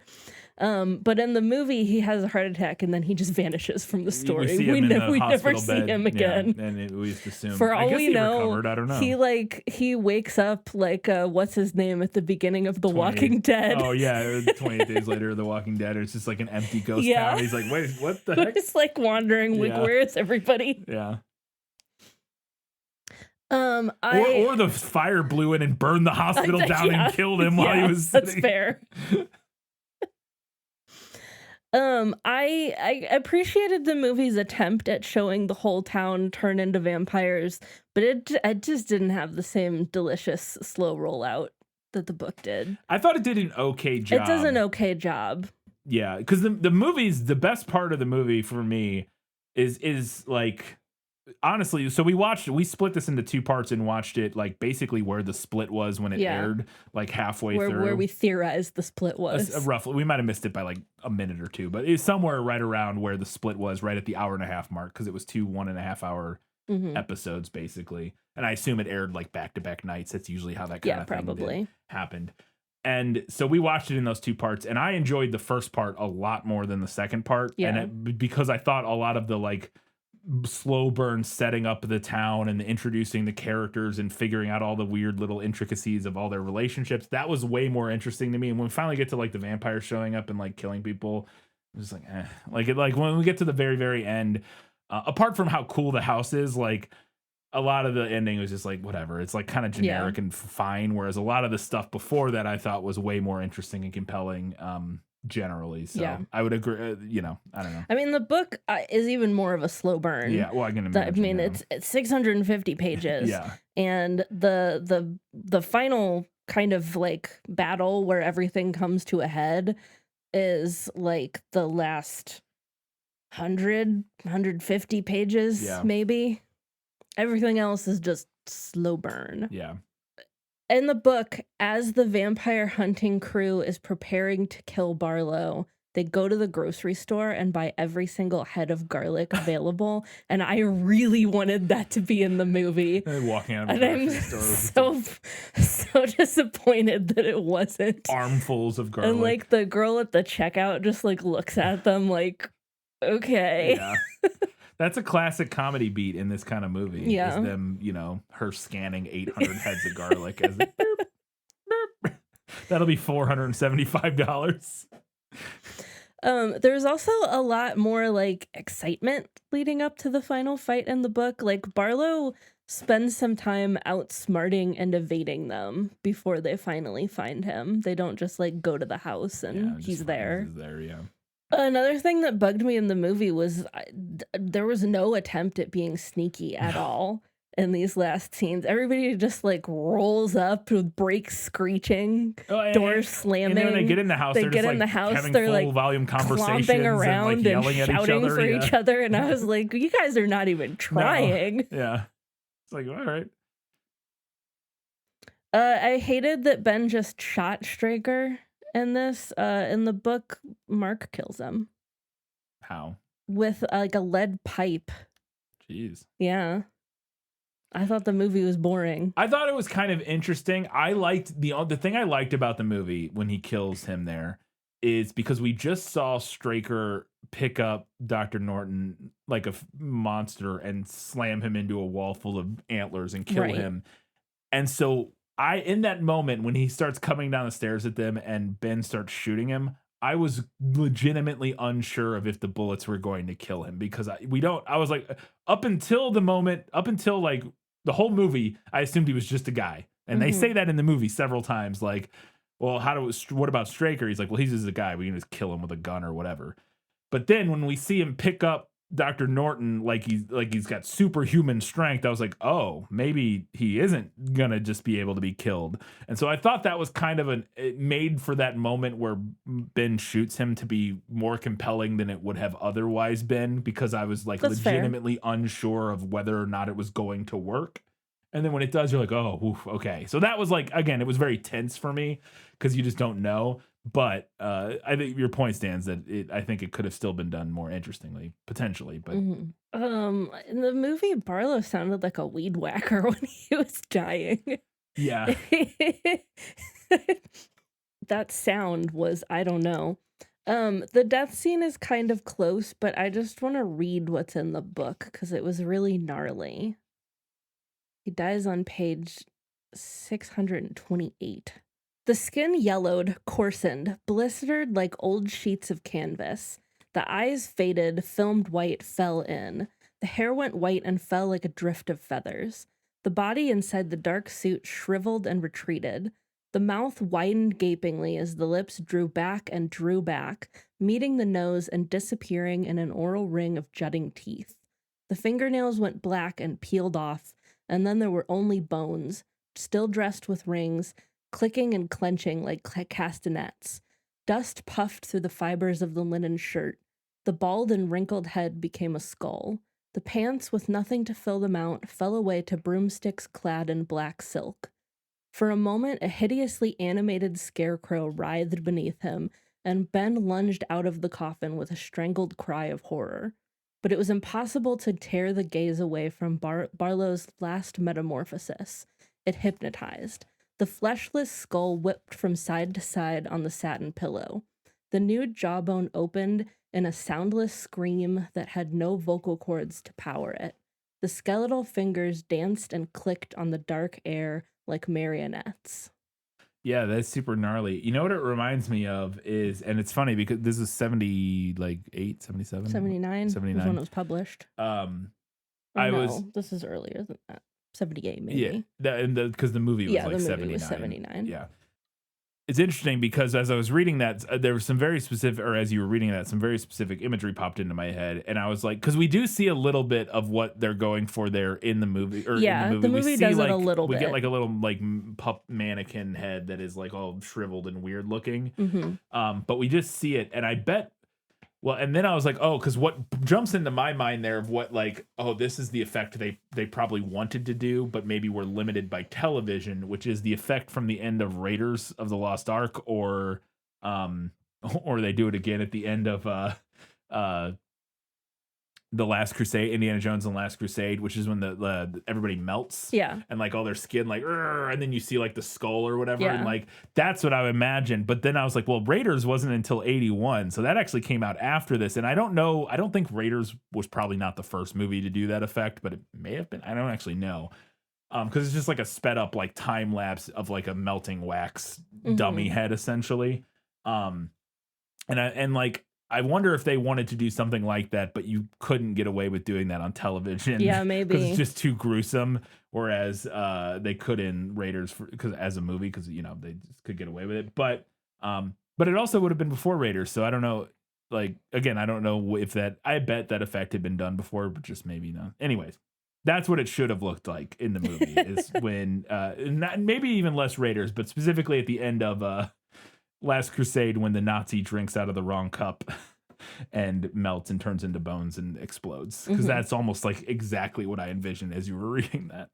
My last note here for better in the book, and I do not even remotely have every single detail in here that I thought was better in the book, but the last thing that I want to mention is that after they kill Barlow, like the next day when all of the vampires are sleeping again, Ben goes back to get the body of the doctor to like bury him, like give him a proper burial. And he finds Barlow's teeth still sitting in the coffin and like picks them up, and they're still like moving and trying to bite him. So I'm just imagining the like little like, chattering teeth, like. And then he like scatters them. All right, it's time now to find out what Katie thought was better in the movie. My life has taught me one lesson, Hugo, and not the one I thought it would. Happy endings only happen in the movies. Okay, so the first thing I wrote down was, if they aged Susan up, I'll be so relieved. It seems like they at least dropped the exchange about her age. I also liked making her an art teacher. That's neither here nor there. But in the book, he meets Susan, and she is like fresh out of college. So she's not like underage or anything. Right. She's like 23, yeah, 23, you know. Whatever, yeah. But then they're talking about that, and she tells him that she's fresh out of college, and Ben says, he's already older than her, by the way. He's like in his 30s, maybe, I think.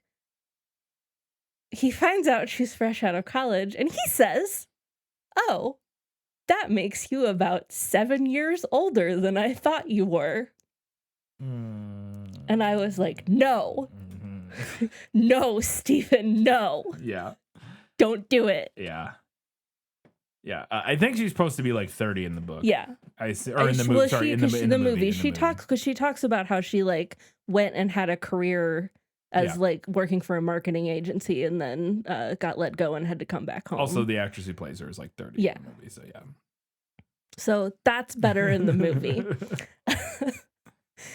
I did like that the movie, I felt like created a little bit more suspicion of Ben from the town. Not that they're not like suspicious of him in the book, but I thought the movie leaned into that a little bit more, which was interesting. The movie mentions that Weasel and Eva were married and divorced, but they still like lived together. And they do have like an interesting relationship in the book, but I thought that specifically was an interesting take on it. I liked seeing Susan actually interact with Floyd/Ned Mhm. because I don't think we ever see her do that in the book. Yeah.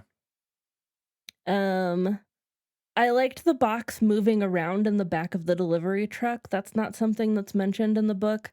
I did think it kind of looked like it was just sliding because it wasn't tied down, But but it created some interesting no. tension. Yeah, I mean, no, it definitely, because they're driving forward and it starts Yeah. sliding Like, towards the towards front, them, which yeah. doesn't make any sense physically. So it has to, yeah.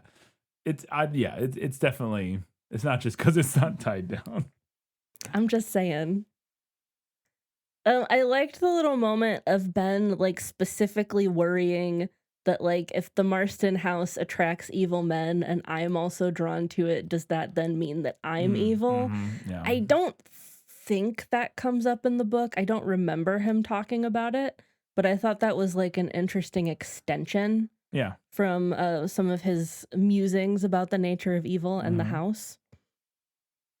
I thought using the school play to tell us about the previous fire that happened in Salem's Lot was a good idea, because there is a history of a big fire having happened there before. I missed that. I didn't. It's a blink and you miss it. It was definitely for people who read the I book. was saying, because I remembered that, like, being about the Revolutionary War and, like, soldiers going off to war Yeah. or something. But then I think is it when he's it like might in his be room when by he was himself rehearsing. He's Yeah. talking about the Great Fire of Okay. 51 or I missed whatever it that, yeah. is. I thought combining the doctor character with Susan's dad was a good call. It's a different character in the book, like two separate characters, but I was like, that's fine. Yeah, That's a good call. makes sense. Eliminate some of these extraneous characters. I liked that we saw Mark actually, like, painting his models and, like, doing things with them, because the book talks about how he's into that stuff, but we don't really see him doing it. I also thought that the movie actually did a better job of seeding the idea of Mark being an amateur escape artist, Yeah, because the book doesn't actually talk about that until we're, like, in the moment when Where he he's- needs to yeah. escape, and he's like, oh, it's a good thing I've been reading about Houdini. yeah. No, it made sense to. Yeah. Yeah. I liked the book's version of the final battle fine. There was a lot that I liked about it more, but I didn't mind moving the final battle to the Marston house. Oh, is it not It does there? not take place in the house in the book. I thought that made sense thematically, and I'm sure that the movie wanted to make use of their big set piece that they spent so much money on. Absolutely, yeah. Of So course. totally get that.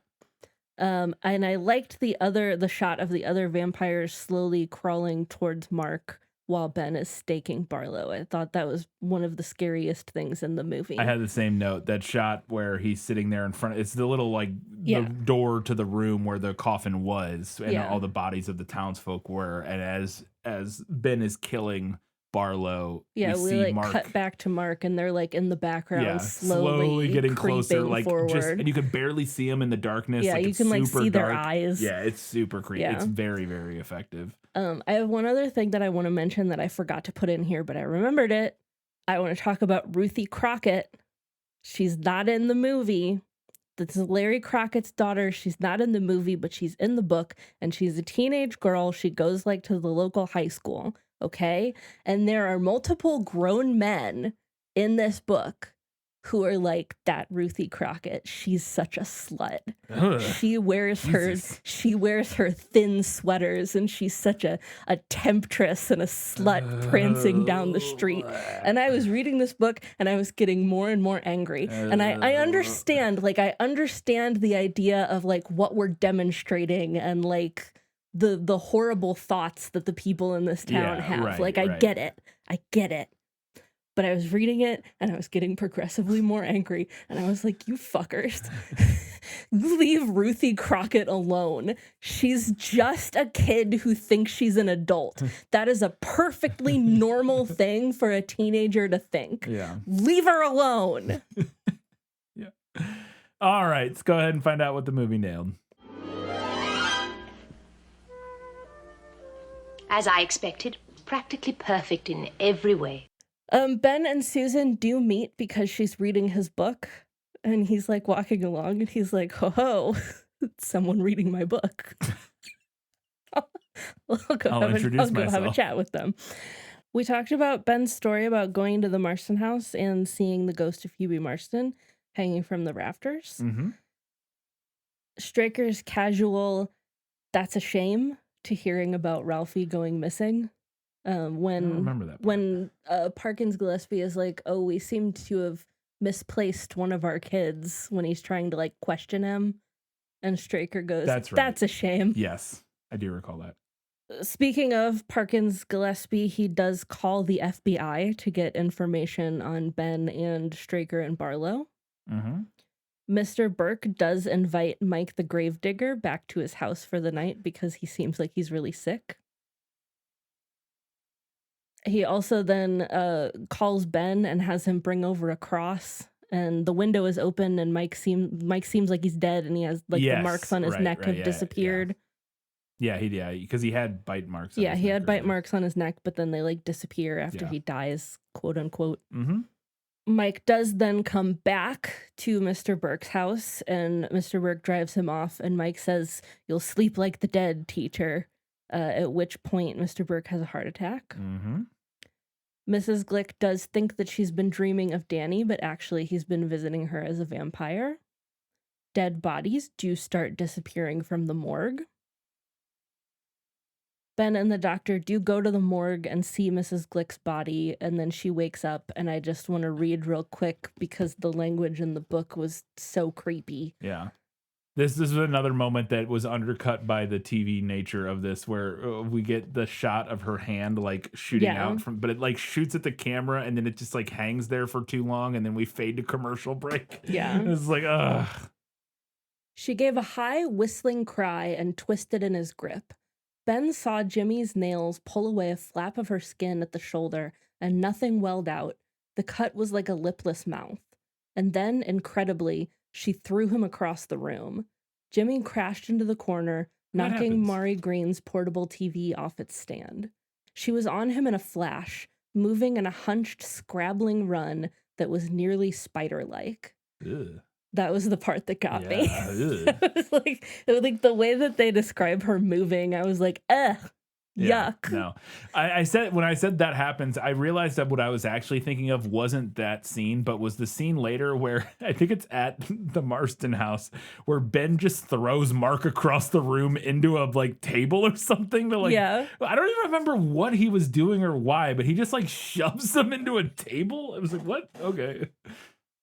Eva does a quote unquote dream of Weasel kissing her neck, which is how she turns into a vampire. That, Straker captures Susan and Mark, ties up Mark, takes Susan to Barlow. Parkins Gillespie is a coward and flees town instead of helping them kill the vampire. He's like, nope, I'm out. They straight up what's that TV show from the what's that dumb TV show where oh my gosh, what is that called? The Beverly Hillbillies. Yeah. They have all like their stuff everything piled on top of their station wagon. We were watching it and I was like, I'm glad they took their mop with them. They have like the mop and broom tied to the top of the car. It also cracks me up that the last thing as he's getting in the car to leave, he picks up a fan, like a table fan off the ground and hands it through the windows. Like, I don't know. It's just, they just take everything. Everything, and they just, in the most haphazard way possible. Quite a lot of stuff that I would leave behind. Yeah. They do fill up bottles of holy water to take with them when they're going to kill Barlow.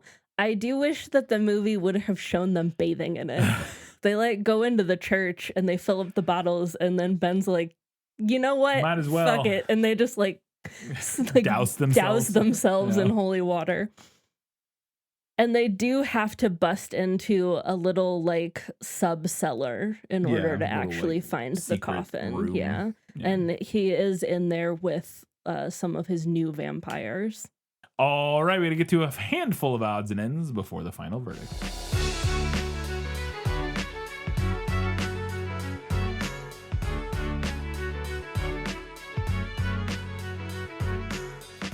There's not a full description of Ben in the book, which was who's not included in Guess Who. Yeah.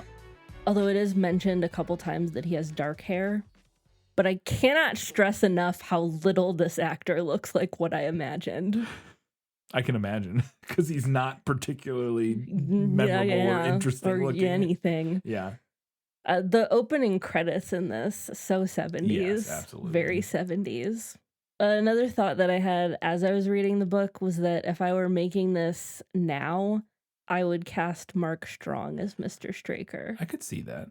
Because I feel like that's exactly what was described in the book. He's described as like a giant bald man. Yeah.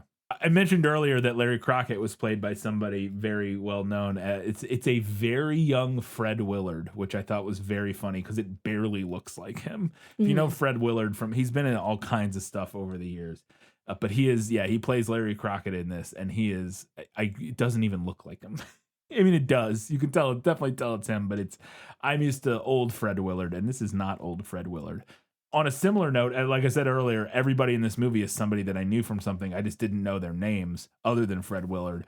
Bonnie Bedelia, the actress who plays Susan, is freaking Holly Gennaro McClane from Die Hard. Yeah. And her mom in the movie, because I recognized her mom somewhere, and she's been in a ton of stuff, that actress. I can't remember her name now.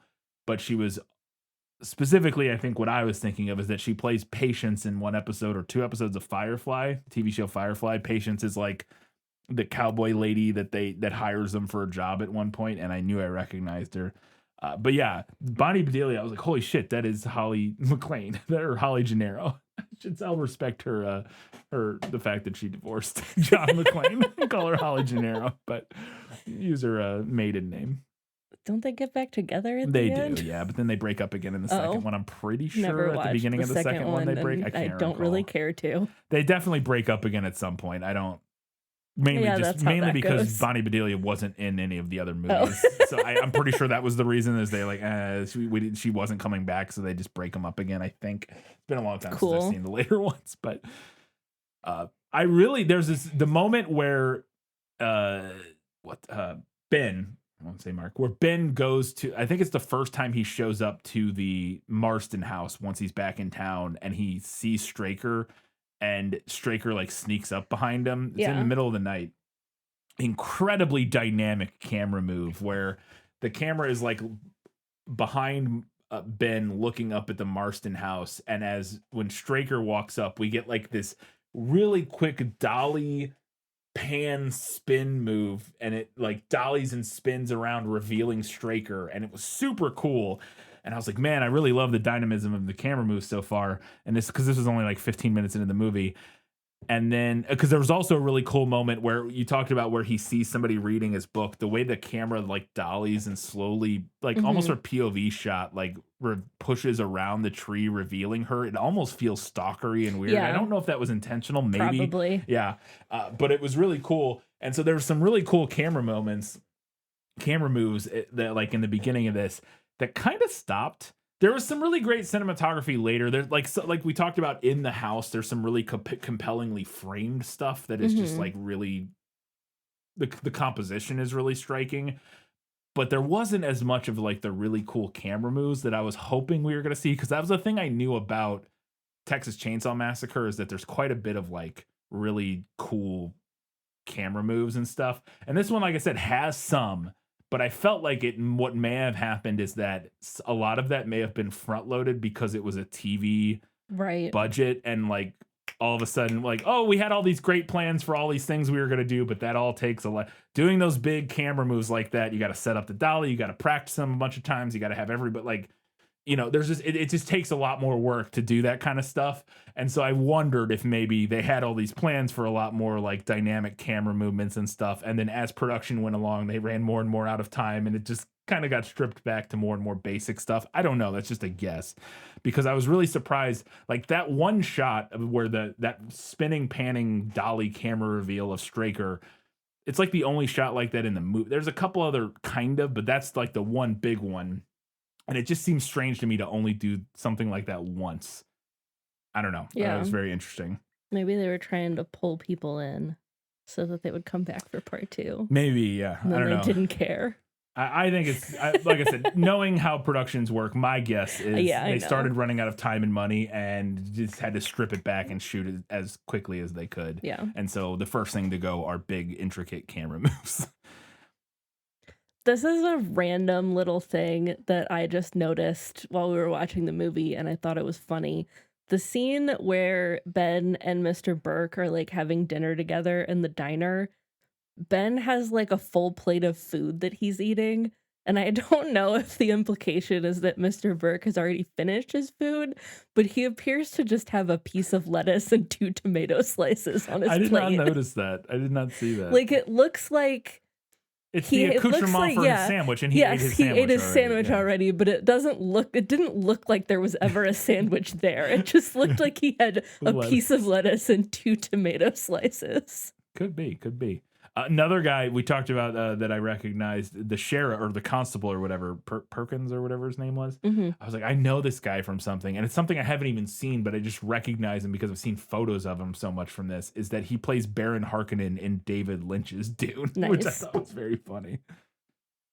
I know we've talked a lot about men in the 70s in this episode, but I do want to further mention 70s men's fashion is so fascinating to me because I kind of hate it a lot, but it's also so unique and distinct, which is something that is not often the case with modern men's fashion. Like once you hit mid-century, it all starts to look really similar, right, decade to decade. But men's fashion in the 70s is like very distinct. Mm-hmm. Also, I want to know why Danny Glick's coffin was chrome. That was interesting. It looks like a spaceship. It's not uncommon. That finish or at least it didn't used to be. I don't think, because I've seen other like movies and stuff where their coffins are like shiny silver, like polished metal, which is interesting. Yeah. We mentioned earlier Mark's dad and how he's not that good of a dad. Yeah. And I did write down, oh my God, leave your kid alone. Just let him paint his monster figurines. Yeah. He's just constantly on his case about it. He doesn't understand his son's interests, and he's making it everyone's problem. Mm-hmm. Mm-hmm.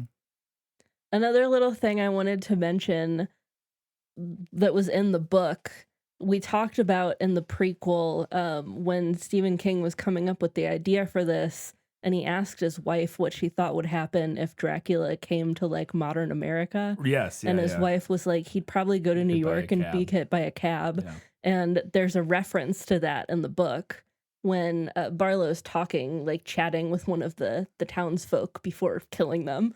And he's like talking about how he wanted to come to a small town instead of a city.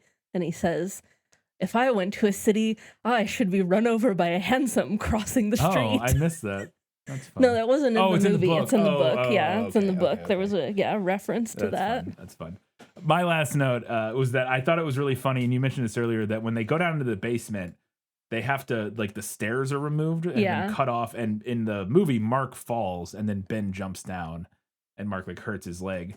But it was very funny to me because this is a very classic trope in video games. There's this mechanic that is built into a lot of, especially modern video games, where when you're approaching a big boss battle, when you get to a point in the stage or the level where you get to like a small like ledge or cliff and you have to jump down off it into like a big open space of some into the belly sort. of the beast. Usually it's like some sort of like big open space and you're like, okay, I'm about to fight some monster, some big boss. And it was very funny to me that they had to jump down off a ledge into the basement to fight the final boss. So like I was like, oh my gosh, it's literally a video game level. Because it's such a common like trope and it's running joke in modern video games that anytime you jump off a ledge like that, you know you're about to fight the boss or whatever. I was like, wow, look at that. There you go. Before we wrap up, we wanted to remind you can do us a favor by heading over to Facebook, Instagram, Threads, Goodreads, Blue Sky, any of those places. Interact. We'd love to hear what you have to say about Salem's Lot. You can also help us out by heading over to Apple Podcasts, Spotify, anywhere you listen to our show. Drop us a 5-star rating or write us a nice little review. We would appreciate that. And if you really want to support us, you can go over to patreon.com/thisfilmislit. Support us there, get access to bonus content, all kinds of fun stuff. And at the $15 a month level, you get access to patron requests where if you have something you would really like for us to talk about, give us that $15 a month and we'll throw it as early in our list as our schedule as we can. Still going to be out of ways, but we'll get it in there as soon as we can. And this one, in fact, was a patron request. This was a request from Shelby. The year of the The year vampire. of the Shelby, it says the 2025 is the year of the vampire. I mean, and it is. It is. It is. We've now seen Sinners twice. We just Yeah. watched this. We did Dracula, Nosferatu. Absolutely. Vampires on vampires on vampires. All right, it's time for the final verdict. Sentence fast, verdict after. That's stupid. It took me a hot minute to work my way through this book. In all fairness to me, it is 653 pages long. I think it was actually longer than Dracula. Really? I would have to go back and check, but I think it might have been. Despite that, I really enjoyed it. It honestly might be my favorite Stephen Really? King work that we've covered thus far. Wow. Yeah. I thought it was decently scary. I enjoyed the themes and most of the Dracula references. And despite doing some complaining about the number of characters, I ended up really liking the sum of all those parts. The movie, I did not feel the same way about. I can appreciate the limitations of the time period and the budget, but I didn't think it was scary at all. To me, it felt more hokey than anything. And despite being adapted as a 2-part miniseries, it felt so rushed and bare bones compared to the yawning expanse of the novel. I really think that Salem's Lot is one of those properties that's ripe for adaptation as a limited series. I got good news. It already was. Just not really. Midnight Mass is right. You this. mentioned that. Yeah. Yeah. Midnight, for people who don't know, Midnight Mass, a limited series on Netflix, inspired by it's not an adaptation of this, but it is very, very clearly inspired by this. It's about, what if vampirism breaks out in a small northeastern town? Okay. And it's like 8 episodes, and it's really, really good. So highly recommend it. So it shouldn't come as a surprise that I'm giving this one to the book. It's not perfect, and it did give me some grief, but at the end of the day, the book gave me much more of a horror experience. And isn't that what you want from a horror property? I would say so. Yeah, I agree. I thought the movie was just meh. It was fine. I wanted to like it more than I did. I did too, but I thought it was pretty meh. I think it had its moments for sure, and I think it even had its scary and spooky and creepy moments, but it wasn't any. It a lot of the like what were supposed to be scary moments, I completely agree, were just kind of cheesy and not scary. Which again, I think is definitely a part of that is just viewing it through as a modern audience member. I don't think it would have felt that way. I get that. Yeah, but some of the stuff still does work. So it's a mixed bag. But I agree. It was just okay. It wasn't all that great. Katie, what's next? Up next, we are jumping headlong into our 2025 summer series. And we are going to be talking about The Maze Runner. The Maze Runner. Some of our patrons predicted this. Yes. Kind of feeling like we're scraping the bottom of the barrel of series. The summer series, we may have to revisit what we do in the summer, and it may not be, because we are definitely getting down there in terms of like things people are going to be excited about in terms of summer's like YA series or whatever. Yeah, and I think I wouldn't go so far as to say I'm excited about this. I'm interested. I know nothing about this series. Presumably there's a maze. That's the extent of my knowledge is that there probably is a maze. And that's all I know. Yep. Yeah, same. I know. I'm interested to see what it's, but I also have no idea what it's about, anything about it. I don't know. I have an anecdote I want to share about the movie when we get into the episodes. A recent thing that happened to me that was very funny. We'll get to it. Okay. But remind me if for some reason I never tell an anecdote, it'd be like, hey, did you ever tell your anecdote about the Maze Runner movie? Yes. All right. Yes. Help me remember. I'm sure I will remember. I'm trying to figure out when I want to share it because it's just very, very funny to me. Okay. I'll probably share it in the first episode, main episode. So maybe. Come back for that. But come back first for the prequel episode because in 1 week's time, we'll be previewing The Maze Runner and seeing what all of you had to say about Salem's Lot. And maybe we'll be learning something. I don't know. Yeah. Maybe there's something It'll probably relevant. be less than 1 week's time, though, because... Oh, right. This episode came out late. We're late. In 4 days' time or whatever, as you're listening to this, come back and for the prequel episode. And then in a week and a half's time, come back for the first episode of the 2025 summer series, Maze Runner. Until that time, guys, gals, non-binary pals, and everybody else. Keep reading books. Keep watching movies. And keep being awesome.